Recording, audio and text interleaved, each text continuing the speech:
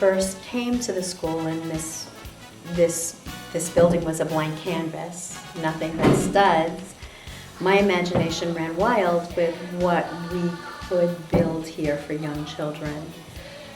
When I spoke with Rebbetzin Cement, and we talked about her philosophy and what she wanted to bring in this school, it was so in tune with what I'd been trying to do in my classroom over all these years.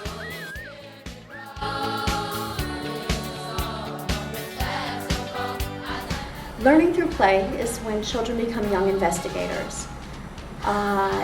In a block center, a teacher can facilitate a scientific experiment for the children by adding particular kinds of simple molding that you would find in Home Depot, cut in different lengths, added it to the block center, and teach the children how to build the blocks and lay this molding onto incline for the children to experiment with marbles.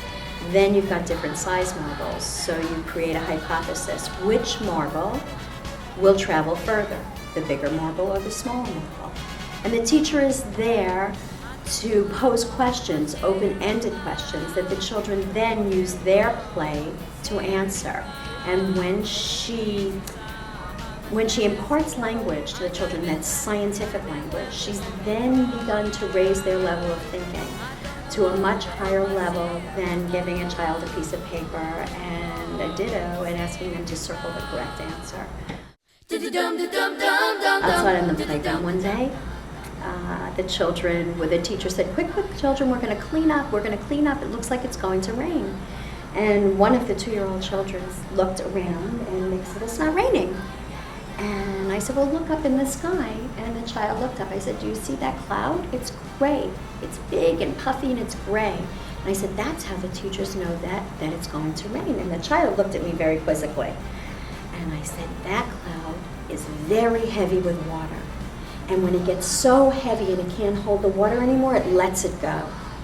And I shared this moment with the teacher in the classroom who picked up on what I was showing her, that I had experienced with her children, and she then brought in a small water play area into the room with sponges and allowed the children in the morning as they came in to just place the sponges in the water and squeeze them out, and place the sponges in the water and squeeze them out.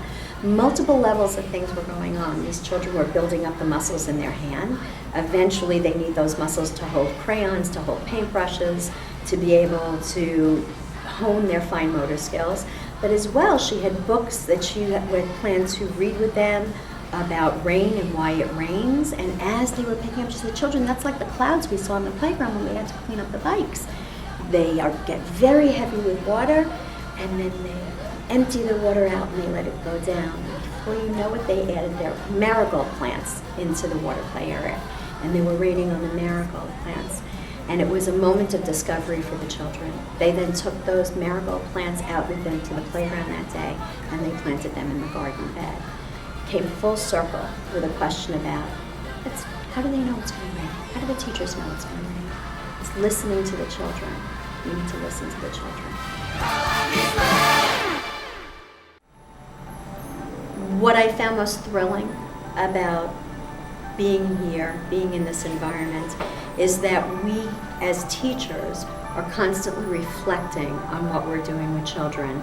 And I think that we're reflecting back to our own groundwork. We're reflecting back to the work of the people that taught us how to be teachers, reflecting back to the Piagets and the Vygotskys, and who taught us that you learn to raise your expectations for children, to give them the very best that you can, and you are co-constructors of knowledge along with them.